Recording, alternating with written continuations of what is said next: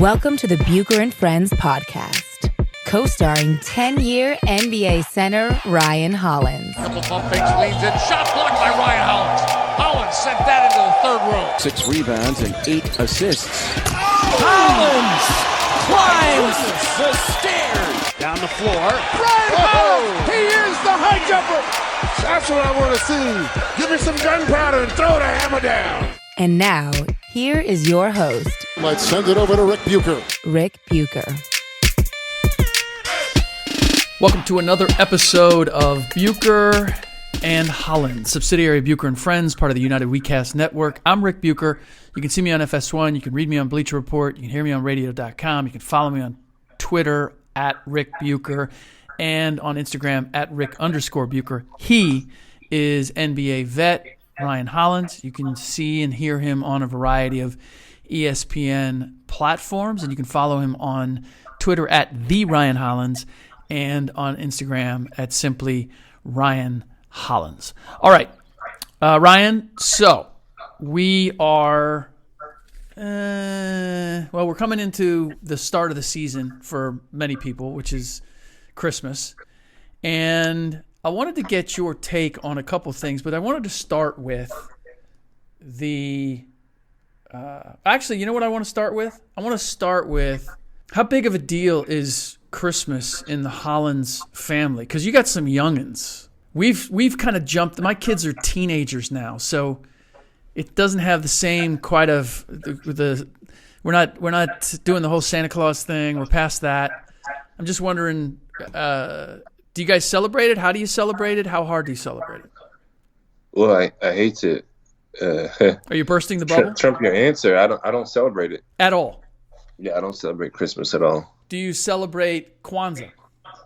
Nope. Do you celebrate anything in this holiday season? No, another day of the year. Wow. So what do you do on Christmas? Well, now I kind of work because everybody takes time off. Yeah. So that's the opportunity. Yeah. Yeah. I hear that. So what's the biggest holiday in the Hollins household? Passover. We definitely commemorate Christ's death memorial. Got you. With nothing to do with Easter. We don't do Easter. Okay. So it's just the religious aspect of it as opposed to the bunny and the eggs. Yeah, no, nothing pagan, man. Nothing pagan. Got you. Okay. The told you coming in that I wanted to take a look at the playoff picture because I find it very interesting. Some of the teams, I think the top of the East and the West is kind of set, and I don't know how much we might see a little jockeying for position, but I don't think that there's any teams up top that are going to fall out. But around the 7th and 8th spots in both conferences, I think is a fluid situation, as they like to say. So I'll pose it to you. Let's start with the East. Who is the team that you think is in a playoff spot right now that is going to fall out? And who is the team that you think will replace them? Let's just go with the team that you think is vulnerable and is riding high now, but come April will not be in the playoff picture. I'm going to have to lean on Charlotte. They're still very young. Mm-hmm. They've shown some promise. Their young kid is going off, man. He's made some money for himself. He's a second-round pick or first-round pick. What's the kid's name from Kansas? Devontae Graham. He's playing really well. Still young, though. And that's why, well, they're actually in a nice seed. Yeah, I was just going to say, you're not following the rules here. If somebody sneaks in there, well, I try to kick out the wrong team. I still like Detroit because their size. You like them getting in? Yeah. Okay. But, who knows, even like this Kyrie deal in Brooklyn, mm-hmm. he could, get injured for 2 or 3 weeks, mm-hmm. and in that hunt, they get knocked out, and Kyrie's kind of like, I forget it. Mm-hmm. Let's wait till KD's back. Like, does he want to be the Lone Ranger mm-hmm. in the playoffs? Mm-hmm. forgive me, but I feel like you're thinking the same right now, Rick. Yeah, but I don't see Orlando hanging on, to be honest with you. I look at what they've done to this point, and they are 1-13 against teams 500 or better. And whereas the case that I'm going to make in the Western Conference, I got a team that I have getting in that has also done very badly against winning teams, it's because they're compromised right now. And I don't want to jump ahead of myself. I'm not, as much as I respect Cliff and their coaching and guys like DJ Augustine, who I think is just a pro's pro. You look at, nobody ever talks about DJ Augustine. 5'10", 5'11" point guard, 32 years old. But you look at what he's able to do with Orlando. Same with Elfrid Payton now that he's healthy. It's not a coincidence that Payton has been able to come back and play fourth quarters and that the Knicks are actually winning some games. They were running for a good part, even under Fizdale, without a point guard. And just having a guy who can organize things and get the ball where it needs to be can have a huge influence on these mediocre teams. In spite of that with DJ, and in spite of their coaching staff, I give the nod to Detroit. And if Brooklyn falls out, in spite of being 11-19, I still see the Chicago Bulls having the capability of sneaking in there. It's going to take some growth from both their players and their coaches, but I look at their talent, and again at the East, and I like what they have. I like what I see when I'm from Wendell Carter, from Zach LaVine, what Chris Dunn has done and has embraced this new role.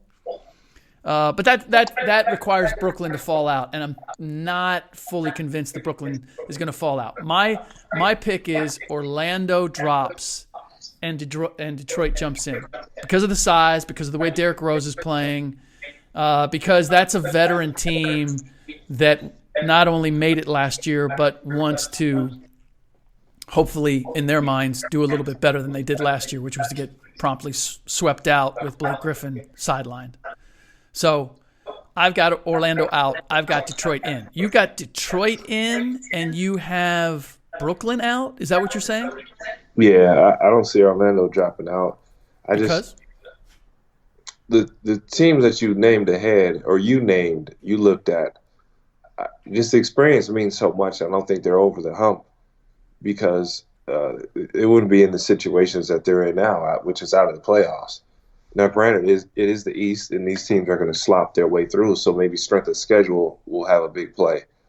But I like Detroit just because they kind of just find ways to get in, and they just win these nasty games, man. They win the nastiest games, Rick. I'm telling you. And I can see them hopping in as long as Blake Griffin's healthy. Yeah. I'm with you on that. All right, let's flip over to the West. Who do you have falling out?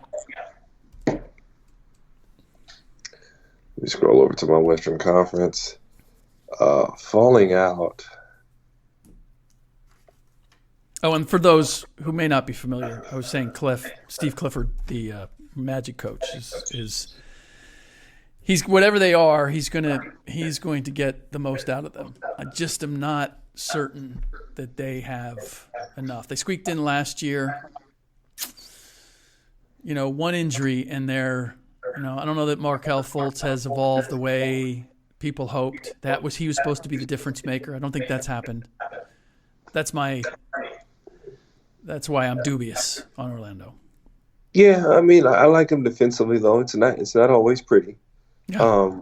But in terms of the West, we could lose Sacramento and Oklahoma City. Mm-hmm. And you can easily healthy Portland squad makes a run and they get to a 6 seed because it's still very early. Mm-hmm. And Phoenix very much in the mix. Wouldn't surprise me, but they scare me for the same reason the Bulls scare me, inexperience down the stretch.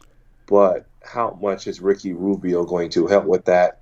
What's their strength of schedule look like? Yeah, going down.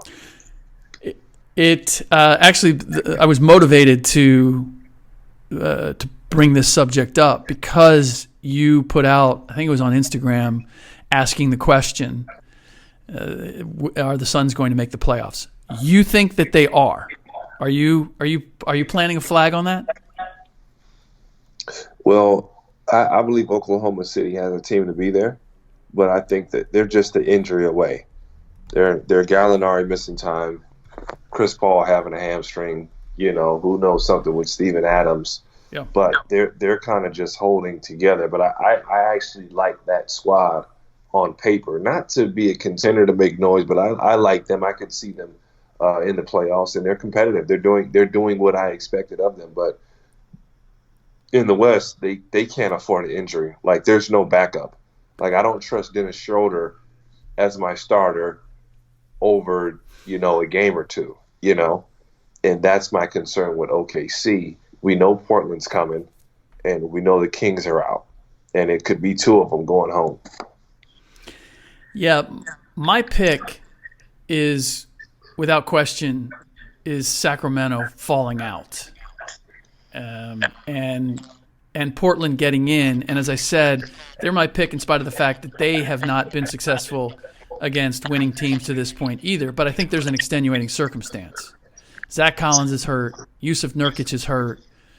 They've been living and dying with Hassan Whiteside and Labissiere as their two bigs. And they're expected to get both Collins and Nurkic back at some point, I believe January, February. And I could see a run, and as is, they're only a half game back of the Kings in spite of all that. So I'm with you there. The whole Oklahoma City thing, the question there is, are they going to stay with what they have? Are they going to change things up? And I'm not really sold on Steven Adams and what he is now.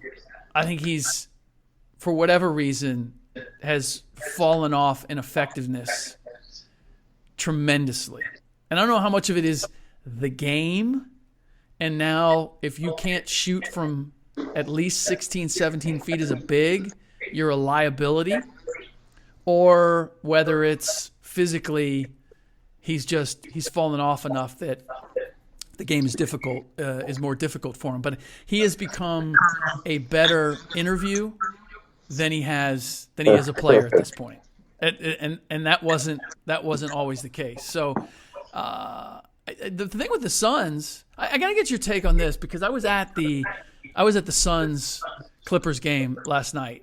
Rubio struggled in some situations. He got picked by Paul George up top, missed an uncontested layup basically. He didn't look great. Kelly Oubre, meanwhile, punched one on Paul George, and it really kicked the Clippers sideways for the entire first half because both Kawhi and Paul George were trying to punk Kelly Oubre back, and they were trying so hard, it screwed up their offense. And finally, at the end of the first half, Paul George got him back, picked him up top, went down, punched it, then kind of gave him the pose, finally got it back, and then the second half, the Clips rolled away with it. But I don't like Oubre. At first, I'm thinking, what are you doing, man? You're picking a fight with Paul George and Kawhi Leonard? Son, what are you doing? And he was a little wild, but he held his own. And I always love a guy who kind of plays with an edge and is fearless, but I think you have to kind of know whose cage you're rattling. But that said, I kind of liked it. I thought he was crazy at first, and then I was like, I don't know. Maybe I need to see more. What's your take? What's your take on Oubre? He fits the new NBA. I remember when I was with him in Washington, kind of like looking at him, move and jump and shoot. and he wasn't playing at the time. Randy Whitman was the coach, and I went to Kelly, and I said, I don't know if the guys were kind of down on him or they weren't really encouraging to him, but I was like, you're really good. Like, do you know that? I'm like, you're tall, you're athletic, and you can shoot. Like, you have a good shot. Like, you're really good. Like, you're going to be a star. Like, you're going to play. Like, you're going to be good. So what was his response? How did he look at you? What did he say? He was like kind of thankful, almost like, why is nobody else telling me this? You know, kind of like really, bro? Like no, like, yeah, like, you're good. And then when I left later on that season, he played a lot of minutes, and I just think the team wasn't in position to pay him. They probably, had to do some things. You got him, Otto, John, and Bill, so when he came up, they were pretty strapped. So he ended up, he had to go out and get paid. So everything that he's doing doesn't surprise me. Kelly was more of a project. He was not a guy you can just throw in there, but I mean, he has all the tools, and now you're seeing it because he's playing pound for pound with the Kawhis, the Paul Georges, the LeBrons, and he's holding his own. And it's funny you say that he's playing like with even more of kind of a mean streak. Like, I got to let you know I'm here. So I don't mind it. You kind of got to do that till you get on the level, and then you mellow out. Like, okay, now let me sustain it. If that makes sense. And it also was scary with Phoenix. We got to bet on Rubio being healthy. He's one of those guys. He's a something type of guy. There's always something. Yeah. And it's the most random, like Ricky hurt his finger. What? The most random thing. Yeah, and it's so interesting. He's got such a high IQ. He's obviously worked on his game a lot. He's obviously worked on his he works on his shot, but he can't hit that shot consistently, even when open. He's not afraid to take it, which is important. You got to take it in rhythm. But he has not found a way to make that on a consistent basis the way that, say, Jay Kidd, who wasn't a shooter, who was a great passer, wasn't able to, eventually was able to hit it consistently so that he was that threat. Rubio has not been able to do that, and for the way the game's played now, as a point guard, if you can't knock down the three, I don't care how good you are at everything else, the way the game is played, you can't get it done. Yeah, no, I agree. That's tough. Ricky's always found a way to surprise you. So, I mean, there's really a wild card. He'll have some games where he could take over a playoff series, and he could have some games where the third string point guard just comes in and schools Ricky. That's kind of his personality. It's funny. I remember when he was younger, when he first got over, we were playing. And, boy, when I tell you Reggie Jackson was wearing Ricky Rubio out, boy, this is when Reggie was like, nobody really knew who he was at the time. He wasn't playing at all.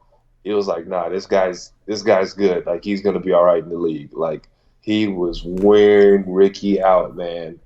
And obviously both those guys ended up doing really well for themselves, but it was fun to watch. But he's just he's that guy that, like, you love to hate. Like, you got guys taking shots that normally don't shoot when Ricky Rubio's guarding them, but right. Ricky is a guy who can rise to an occasion. All right. So, with all that said, so to be clear, you've got Sacramento out? Yeah. We both had Sacramento out. And you have Portland the Thunder in, out. Yeah. And you have the Thunder out and the Suns in. Yeah. And I'm kind of banking that Rubio's healthy, because if he goes down, they're gonna plummet. And obviously, like you said, with the Thunder, it's just a weird situation. Like, they're just taking those lemons and making lemonade, right? Yeah. Like, hey, yeah. We ain't moving Chris Paul, but I guess we're playing him, and we're kind of in the playoffs. We'll take it. He's actually pretty, hey, dude, real quick. He's actually pretty big out in Oklahoma because I remember that year that the Hornets played. Yeah, because of Hurricane Katrina. Yeah, they moved up there. That was they were rocking up there. It was actually he did so good up there that's why the Thunder ended up coming. That's why Seattle, probably did a case study and said, "We'll move here." Well, that was Clay Bennett. That was Clay Bennett from Oklahoma City, who bought the Sonics with the idea that he was always going to move it there. He might have said otherwise, but he sold Seattle a bill of goods. I think everybody knew. I know those sellouts helped because it was like, "Whoa, this place is rocking." It may have convinced Clay Bennett to go and get the Sonics and bring them to Oklahoma City, seeing the response to the Hornets. Now that may have been the case, but it wasn't as if that was what convinced Clay to leave Seattle. He bought the Sonics with the idea that he was going to take them to Oklahoma City for sure. So, it's and here's the thing with the Suns before we jump off of this topic is you said that they may be too young. That's the thing. They've added, adding a Dario Saric, adding an Aaron Baines, adding a Ricky Rubio. They're not the young Suns that they were just a year ago. I've been around that team. The culture has changed definitively. Even bringing Tyler Johnson in from Miami at the end of last year. Like, they've got legitimate pros and guys that know how to go about their business. And the combination of that with Monty Williams, I do believe it gives them a shot. I don't know I don't know if Oklahoma City... if they stand pat, I don't know if they fall off enough for Phoenix to jump in. The one other element, and because he's a Clip, and you saw them up close last year, I've kind of come off of Shai Gilgeous-Alexander. I was convinced, this guy's he's going to be an all-star. He's going to be one of the next really good ones. I think he can be good, but I'm not convinced that he's an all-star or that he's on the way to being great. It takes him too long to load up the three. It looks like he's uncertain in a lot of situations. His game, I don't know how high the ceiling is. I think he's good. I don't know how much better he's going to get. Well, with Shai, one of the big things was he's not as assertive as you would like. He doesn't always realize the talent that he has. But I do like that he'll go pound for pound with anybody. And he's got to understand in today's NBA, if you're a guy that can live in the paint, scoring and making plays, you got to be doing that 50 possessions a game, 40, 50 possessions a game. You got to be getting paint touches. And he doesn't quite have that interesting, we would say as we're talking about Oklahoma City, that Westbrook mentality. You got to understand Westbrook, if you give him paint, even if you're not full body help, he will take paint 10 out of 10 times the entire game. Shai Gilgeous-Alexander is going to feel his way into the game. Yeah. And for a guy that's that big, athletic, nimble, you just expect that a whole lot more. And you've got to understand, he goes from starting and playing big minutes to now, kind of like, Chris Paul's going to make sure it's the Chris Paul show. Always. You know what I'm saying? Always. So, by the way, Chris Paul can't move anymore. Like, he's doing this on just pure nastiness and orneriness and competitive fire. Oh yeah, and that little pull up and shoulder fakes in the world. That's when you know you're hurt, man. You trying to go somewhere? You got exactly the head nod. He just and the shoulders. Dude, I'll never forget. I was playing in some kind of charity game in New York City and playing against some high school kids. And I did like an in and out dribble and a little shake. And the kid goes, "Oh, no, that ain't going to work here." Oh, gosh. and he was right. The only way I could get something done is I was going to have to walk my way down there. I was going to have to just kind of sashay my way into a position where I could get something done. But like to take somebody off the bounce, it was like, oh gosh, yeah, it was not there. That step was not there anymore. That's what makes it. Just reminded me of watching Chris Paul because he's got that hard in and out dribble, and he can't get the guy to move. And so then it's like, okay, let me body into him and see if I can throw something up or find somebody. Last thing on Alexander, you were saying get into the paint and make plays, and I do see a lot of times where he goes inside and then he'll pull up and sort of throw up floaters. But I also don't know that he has the floor vision. Like I don't think he sees things and is making plays for other guys. I think he's got kind of the tools to slash and get some things, but in terms of setting other guys up, I haven't seen that. Nah, he can. He's special. He can. You're saying he can. He's just it's not a self-motivated. He's the guy you got to pull to the side and say, "Hey, I need you to do X, Y, and Z." He's one of those. But he can. Like he can be. He's your starting point guard on the championship team. What? Really? Yeah. Oh, wow. Yeah. Wow. He can start at point. Now, am I saying that he's like a piece of a big three? Potentially, he could be. But like he can start on a championship team and you win a championship. Certain guys are he's not a winner. Like I can win. So, but you're not saying he's leading the team. You're just saying he can fill that role if you have the right pieces around him. Like let's say like he would be, and he's an intriguing piece because he could be a guy that flirts around and gets a max contract there. They traded for him to commit to him. That's crazy. I would not do that. He could definitely do that with his age and his length and his attributes. That would not surprise me. Or he could be a guy that kind of falls out of favor, signs on, and it does really well on the team. He just makes the right plays. But he's not Michael Carter Williams, if that's what I think you're looking towards. No. No.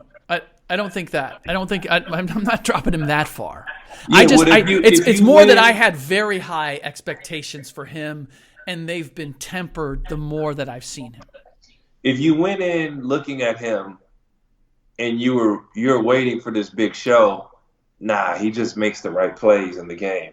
And with the Clippers team last year that had Lou and Pat and Gallo and Montrezl, all these guys, in the sauce. He did his job. He ran the system. That's what he's gonna do. And then he's not afraid to take. Trust me, he's not afraid to take a big shot. Right. Okay. All right.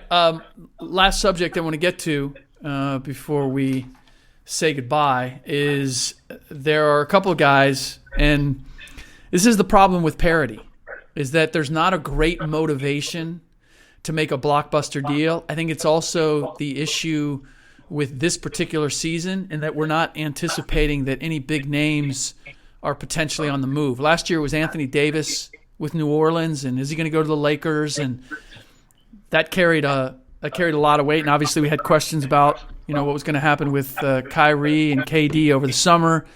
This free agent market is not as robust, and we really don't have names out there that are game changers as I see it.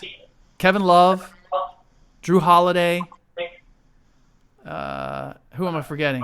Kevin Love, Drew Holiday, and Andre Iguodala are the biggest names as I see of potentially going someplace else. John Wall and Bradley Beal. Well, we've been saying that for a long time now. I don't think it's happening. I'm not convinced that Washington is going to let Beal go. Well, John's injury screwed everything up. Yes. That that was the worst heel injury ever. But here's the question. If you're the Washington Wizards, can you realistically expect that you're going to get a talent of the level of Bradley Beal in free agency? Like you clear up cap room, but you're hoping to draft a guy. And if you're drafting a guy, how long is it going to take before he becomes Bradley Beal? Well, they were in the mix, for Durant. I wouldn't really. necessarily. Not really. Well, at least it was flirted out there. Yeah, it was flirted out there because he's from DC. Yeah, absolutely. Oh, he considered it. And it was probably like, nah, they're a mess. Like, nah, we're not doing that. Well, and guys don't like to go home. You know that. Most guys don't like to go home. Yeah, there's too many people who want something. Yeah, and when Brooklyn materialized, it was kind of like that was a no-brainer. Seeing that the way that the Knicks are. But when it comes to Bradley Beal, everything that I heard from Washington is they either want an exorbitant amount of picks in return, or they're just kind of demanding, like, you take John Wall too. Right. And just teams are like, no. And obviously, Oklahoma City jumped on it, and I have so much respect for Sam Presti in Oklahoma City. Why? Loyalty meant something. They took care of Paul George because he stayed another year and allowed him to go to LA. They sent Russell Westbrook to Houston for, as you mentioned, a beat-up Chris Paul with a bad contract. Mm-hmm. And they're going to be okay in the long run because they got picks, but I do really respect what they did. And I bring that situation up because you got to think Washington tried to jump all over that, and it didn't work because Westbrook was just asking to be moved. But they said, hey, you know what, Westbrook? We're going to send you to a good situation, even when we got to see you 4 times a year. And that's the cardinal sin that you don't do when you trade away your superstar.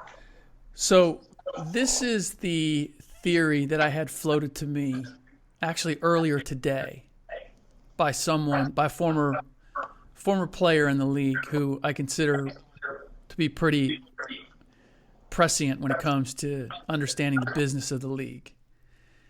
And he believes that there was a deal in place with both Westbrook and Paul George. That Oklahoma City said, Russ, re-sign here. You get the max, super max. And if it ever looks like you don't want to be here for whatever reason, or we're going in another direction that you don't like, we'll move you and we'll move you to where you want to go. That was their deal with him in order to get him to re-up, to solidify him re-upping. And my guy, and I think it makes sense, gave Paul George the same deal. Re-up with us, stay here, take the money, and if you decide, you know what, I want to go to LA after all, we'll do that. But stay here. Take the money and stay with us. And if for whatever reason you decide, nah, this ain't it, we'll take care of you. Because here's the thing.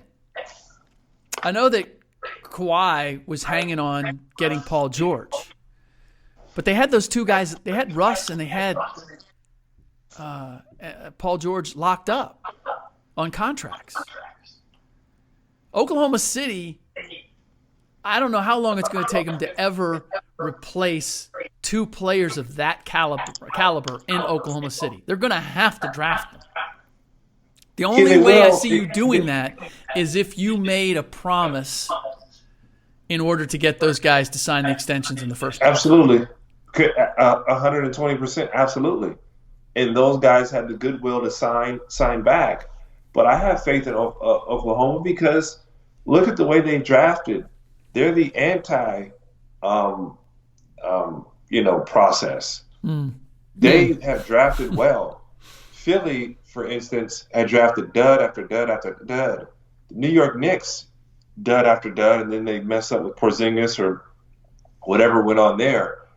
Oklahoma City, Thabo Sefolosha, James Harden, Russell Westbrook, Serge Ibaka, player after player, they were going and acquiring the correct talent and guys that are still serviceable in the NBA today. So they got a load of picks, man, from the Clippers.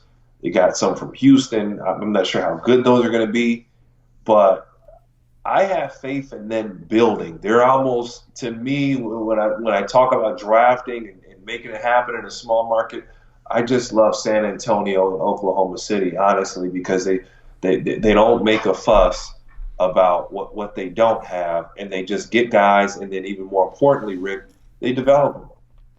The fact that Oklahoma City has stayed relevant for as long as they have, I give them tremendous credit They're in for Oklahoma. that. Yes, Yeah, yes. Oklahoma. People can criticize criticize Sam Presti, and Bill Simmons has forever done him an injustice by the way he portrayed the James Harden thing. I've said it before, I'll say it again. James Harden did not want to stay and be the third wheel. It wasn't a matter of money or whatever. They decided, if James doesn't want to stay, we got to make a deal that allows us to have the resources going forward where no matter what we do, we can always say to KD and Russ, yeah, but we got these picks, we got the chance to be better, we got the flexibility to improve. And I think they made the best of a tough situation. So in order for Bill to make Daryl Morey look like a genius in getting James Harden, he's always portrayed that as Sam Presti and the Oklahoma City Thunder were idiots for ever letting him go in the first place. They offered him a deal. And James basically said, I want to be a star. I want it to be my team. Now, you could say, well, they should have traded Russ, or they should have made some other deal. Okay. At that time, nobody was thinking that you're going to trade away Russ Westbrook to keep James Harden. You can look in hindsight and say, maybe they should have done that. I'm not even sure if that works. I don't know that KD and James is any better than Russ and KD at the end of the day. So, in any event, last thing. So, we got Kevin Love, we got Drew Holiday, and we got Andre Iguodala. Do you see any of those guys moving the needle, changing the playoff picture, being added to a team that suddenly jumps a team from being in the mix to being a favorite, changing the template in any way? Because the only thing that I see is possibly Andre Iguodala going to the Lakers. That would have an influence. But I don't see how they're going to get it done, because I don't think they have the resources to be able to get him.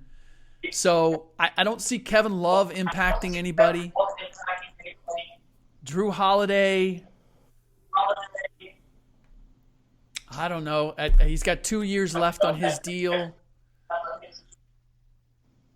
Maybe that's not.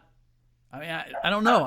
I'm even there. I don't see Miami, potentially Miami being a spot, going for broke, and I think he would add something there. But other than that,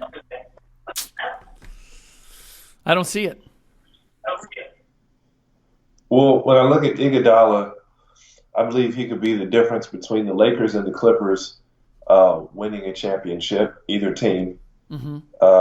Because both those teams could use it like a championship role player. Now, we got to see how healthy Iggy is. I don't know if he's a little banged up. I heard that it was just kind of a struggle for him to make it through the seasons. I will vouch for that.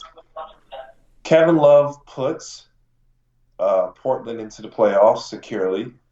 There's no questions there. Okay. And Drew Holiday just needs a good fit. I mean, Drew has a type of game where he could play wherever. He just needs a good fit, and it's what somebody else is willing to give up. I don't know what you give up for Drew right now, and you have to be intimidated in the sense that Drew Holiday could go missing this season. He's always had real injury problems, so it depends on what you're willing to give away. And the Pelicans, I take my hat off because they've prided themselves in free agency of going, we're going to go get the high-risk guy because we're looking for a high reward. We're going to pay Drew Holiday because he can ball out. And we know the injury risk there. But we're going to take that risk because we're the Pelicans. If you're Utah, do you flip Mike Conley for Drew Holiday? If you could? Oranges and oranges, apples and apples. I'm flipping for the same thing. So I wouldn't necessarily do that to mix up chemistry unless it was a friend. Well, I believe he probably has a friendlier contract. That would be more what it's about. But both really good guys. Both can get done in the playoffs, and both injury prone. You know, Mike is out right now, and Mike can easily miss a couple more weeks of the season. Right. You know, we ultimately don't know, but Drew the same way. What about the Clippers acquiring Drew Holiday? And I don't even know how they do it. They'd have to give up a couple pieces. But would you do that?